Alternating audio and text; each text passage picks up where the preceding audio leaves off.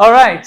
So good afternoon once again, and my name is Anirban. The topic of my discussion today is BYTES and KNIGHTS. I'm here with my colleague Pratish, and we are going to talk about hacks that are happening around us, both in the consumer space and in enterprise space. And the reason I thought of picking these two because all of us sitting here, we may be representing a company. But as soon as we go out in the mall or we are shopping online, we are consumers. And what I'm seeing again and again is that wherever the weakest link is, that's where hackers are pointing first, and that's where they're trying to hack. That's why I think it's important to talk about both aspects, consumer as well as enterprise, and because all of us represent an employee of an enterprise sometimes, and sometimes we represent a consumer. So what we are seeing today out there is a lot of attacks, and especially you will hear this term social engineering. So I wanted to spend a little more time on what social engineering is. And a lot of us here are cybersecurity experts, and we all know what a vulnerability is. The guy before us and before us, many presentations, they constantly talk about vulnerabilities of a server. Just like that, I want to point out that all of us humans, we have a vulnerability too. Some of us want to get a job. Some of us want to date somebody. Some of us want to rise up in the hierarchy of a company. And all of these, some of us are shopping online for a good deal. These are our vulnerabilities. And I feel that if we come to know, if an adversary comes to know of our vulnerabilities, it can be exploited. That's why I feel that we should be focusing on social engineering a lot. You will see news after news out there where there is somebody being scammed on a dating site, or somebody being scammed on an online shopping site, and every day there will be some news like that. And in all of this, I want to focus on one such attack that happens, which aims at doing an account takeover. Very important for us. All of us have social media accounts on Instagram, on Facebook, on LinkedIn. All of us are available. And I want to hand it over to my friend Pratish, where he's going to show how a minor flaw can lead to an account takeover, how we can prevent it. Over to you, Pratish. So that's Instagram. Let's say one day you get a notification, you check the notification, and hey, it's a new follower that you have gotten, and you see that the follower is a pretty lady. Now you're curious, so you decide to check her profile, and when you check her profile, everything seems legitimate and the photos are fantastic, so you decide to follow back and start a conversation. While you're conversing, let's say for a few days or less, suddenly you get a message saying, hey, let's take this to Telegram. And then Telegram is a simple messaging app, so you say, hey, it's not that harmful. So you move to Telegram, you converse a little bit more on Telegram, and then suddenly they ask you to share some private photos with the promise of, sharing something in return. With that hope, you then decide to share some private photos of your own. And then that's the scam. They take the private photos and then they extort, saying that if you don't pay up, then they're going to, release those photos to the public. Now you have two options here. You can either not pay, in which case the photos get released, and that leads to loss of reputation for you, or you do end up paying, in which case they ask you for more money, and then you pay some more, and they ask you for more money, and because of the stress and fear, you end up paying a lot more, and at some point you stop. But when you stop, they end up releasing the photo anyways, in which case it leads to harm to your own reputation. Well, that's one use case. Let's look at a little bit more of a sophisticated attack where an hacker uses social engineering as well as phishing to do an account takeover that Anirban was talking about. So let's say you're talking to your new friend on some other platform, and suddenly the message you saying that, hey, check this funny video on Instagram. So you say, hey, Instagram, I can see the preview, so it seems harmless enough. Let me click it. It takes you to something which looks like Instagram. You enter your login credentials and you log in. Everything seems normal, but it is not. What's happening in the background is that link which was shared was actually a phishing link which was linking to a proxy server. Now, what we know of the proxy server is actually all the requests of Instagram is actually going via that server. So everything that you do, all the actions that you take is getting logged on that server. As you can see here, when I did log in, or when the user logged in, the username and password actually got logged on the server. Now what happens is the attacker then can check those logs, pick up the username and password, go to your account, reset your your account's password and lock you out, and then extort money, saying that if you want access to your account, you'll have to pay up. Well, those are the two quick use cases that we saw out of the many that are there out there. And in most cases, it leads to extortion, and in some cases, loss of reputation. So the question is, how do you prevent? How do you as a consumer prevent yourself from such attacks? Well, I'm here to give you just few tips. Now, I think most of us have heard about zero trust. I know in conferences like this, you'll hear a lot of words like zero trust, but what does that mean? Well, there's a general rule which says deny by default, which means deny all the requests from sources that you don't trust, which means deny clicking on any link from people that you don't know, deny sending any messages, any private photos or videos to people that you have not met in real life. Another thing which you can keep in mind is pay attention to the small details. If you visit the profile and it says that they are well educated, but they're not able to form simple English statements while conversing with you, then that should be a red flag. In the previous case, when you clicked on the link and it asked you to log into your Instagram, but usually on your mobile you don't have to do that. It should take you to your Instagram app. That should be a red flag. So pay attention to such small details which will help you understand that, hey, maybe something is going wrong. Another thing you can do is actually lock your profile. And I think many of us probably don't know about this, but you can control who has access to your contacts, who can see your contacts. So every social media account has some sort of feature which goes into nitty-gritty of who can see your contact, and you can control that. So I'll recommend you enable this, because when attackers don't have access to your contact list, they will not be able to extort you for money by using that as leverage.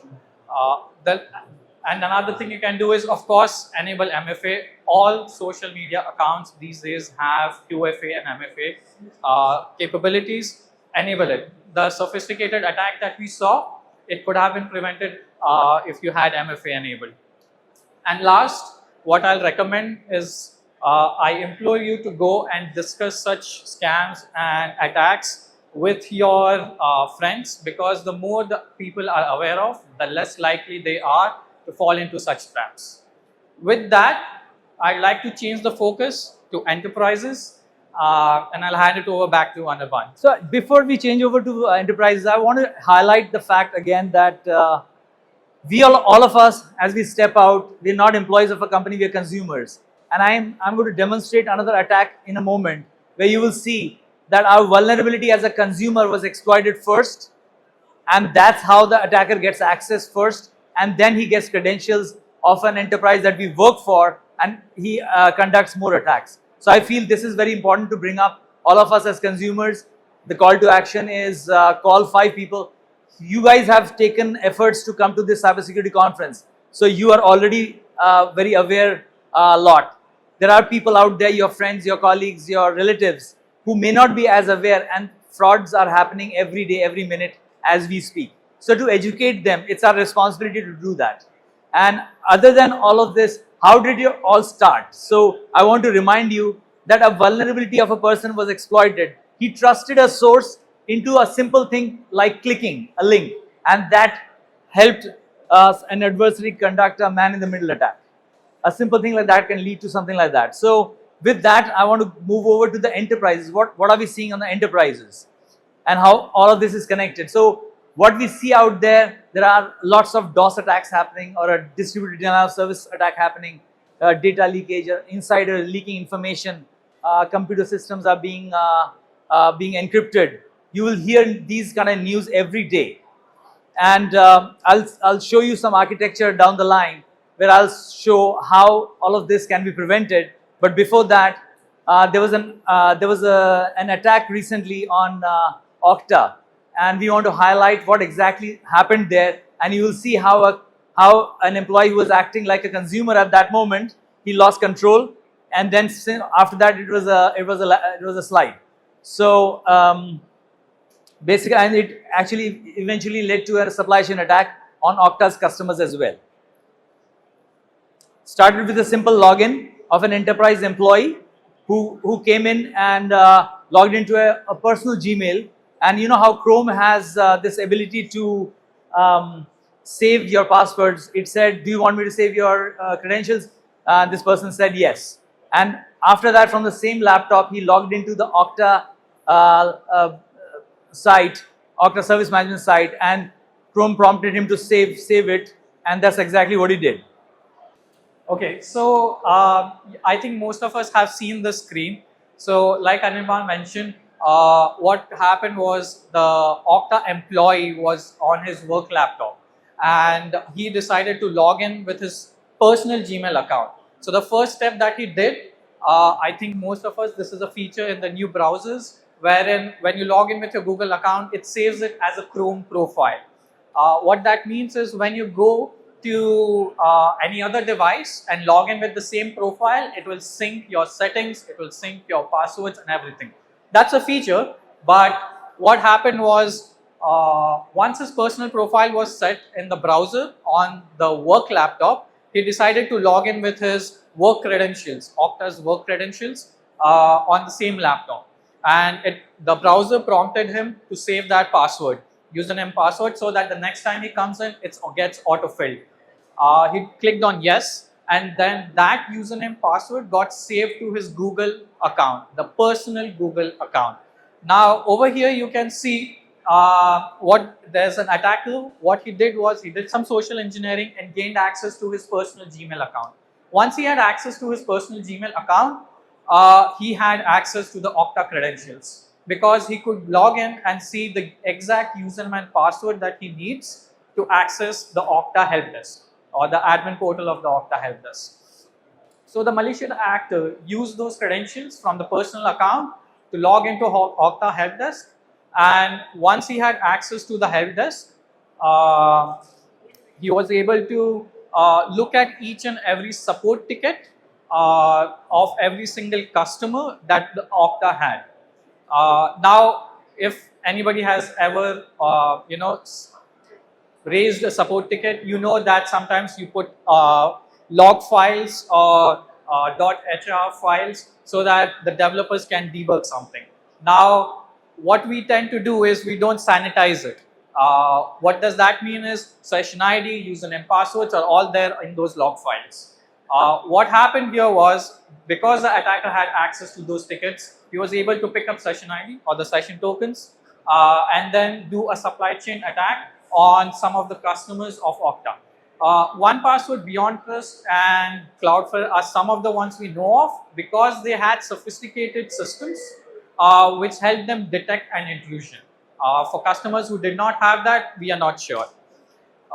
So that was the entire Okta breach or the Okta supply chain attack. It started off with a simple, everyday normal login into personal Gmail that we do on a work laptop, but then the social engineering attack plus how the new modern web browsers work led to a severe attack on. It could have been big, but then it was avoided because of all the customers that Okta have. So how do you prevent this particular attack? I have a slide on that. that Okta should have prevented anybody from logging into their personal accounts from an office laptop. That could have been an easy thing. It did not have MFA enabled on its supporting system, which it could have done. Or we could have had a CASB or a similar solution. Thank God for Okta. Its customers, like the ones that we showed here, they had very advanced intrusion detection and prevention systems, which caught this attack, and it did not percolate even further. And they intimated Okta, and it was taken care of. Now what I want to do is, there are so many cybersecurity products and solutions. I think we are probably representing about 10 or 15 companies that are out there. And as you can see, there are hundreds of vendors in here, and overall in the world there may be more. How do you make sense of what products to use, what product not to use, which one will make sense in my particular scenario? I'm 25 years into cybersecurity. I get confused when I walk in and they present the same product in a different name or overlapping products. So I want to suggest a few things. Like if you're a traditional small business, what I mean by traditional small business is if the systems are installed on premise and the access is also from within the system, then I would suggest you to have some sort of an identity and access management system, which will have a passwordless or an SSO system, an MFA system, and that will protect the identities of your end users or your employees. But you should also have something special for administrators, because they have more access. They have access to databases, they have access to servers, and a privileged access management system like a PAM would help you there. But that's about it. That's probably what you need. And it's not only where the systems are and where the access is from, it's what you're protecting. That also makes it's an important thing to consider before selecting any of the solutions that are out there. If you're a slightly larger or medium business and you think that you not only have on-premise systems, but you may also have systems on the cloud, and maybe your development team sits inside the office network, but your executives travel to meet your customers, then as soon as the access is from outside the network, there's a need for a VPN. And VPN supports radius and TACACS, and I would recommend you have an MFA system on top of your VPN to protect the access from outside. So this is in addition to all that you saw in the traditional setup. If you go a little larger, if you're a large business, or you may be a government institute and you want some good security for your employees, what I mean by a large business on top of a medium is you have a large number of users who are traveling outside the network. You have policies that govern who all can access, how much they can access. Then and a large number of devices are going out of your system. That mandates having some sort of a DMZ in which the inside systems are protected. There are firewalls in place. Since the devices are going out, you need to make sure that there is an MDM solution, which is making sure the devices are all up to the mark, they're all patched, and there's a DLP solution making sure that any of the data that's out there in the laptops, they're not being leaked. In addition to that, you should have some sort of a system which will detect any attacks from happening, and that can happen only if you have a log aggregation system like a SIM. And then you need to make sure that lots of logs are getting aggregated, you need to make sense of it. You need an XDR system for that, and an incident response in case something like Okta happens to you. As you see, there are different levels of products you need depending on the size of your organization, depending on where the access is from, and most importantly, depending on what data you're trying to protect, how valuable it is. I started my company as a small enterprise, online enterprise. I did not lay down a LAN. I kept all my users on the cloud, and that's what a lot of online businesses do today. So my users were always on the cloud. There was never a traditional business. My use case needed me to have an Office 365. All my apps were on the cloud. So I definitely needed to protect the identities of my employees. So I needed an SSO and MFA system. But since all the apps were on the cloud, I needed a CASB solution as well, because I didn't want all the access of all employees to be from inside when they're sitting inside the office or they're going out. So I put up CASB solution. I could determine what location they can log in from. Since the devices were all over the place, I needed an MDM and DLP solution to help me with that. If you are a slightly larger consumer-facing website, or you're a government organization who is providing some service to the citizens of the country, what do? You will need redundancy. You'll need redundancy in the databases. You'll need DDoS protection, and you'll need, in addition to all the stuff that you saw before this. One thing you'll hear constantly wherever you go, whether you are going as a consumer or whether you're going as an employee of a small, medium or large business, protecting your identity is of paramount importance. You install all the latest and greatest vulnerability management systems, your XDRs, your SIM and source, and they're just hacking your user ID password, and they're getting in using that. Protecting your identity is the one thing that I want you guys to remember if you don't remember anything out of this conference. And secure it right. And if you have any questions or if you have any feedback for us, that QR code takes you back to my site to contact us. And Pratish and I would like to thank you for listening to us. If you have any questions, we'll be waiting outside here, and happy to field questions. Thank you so much.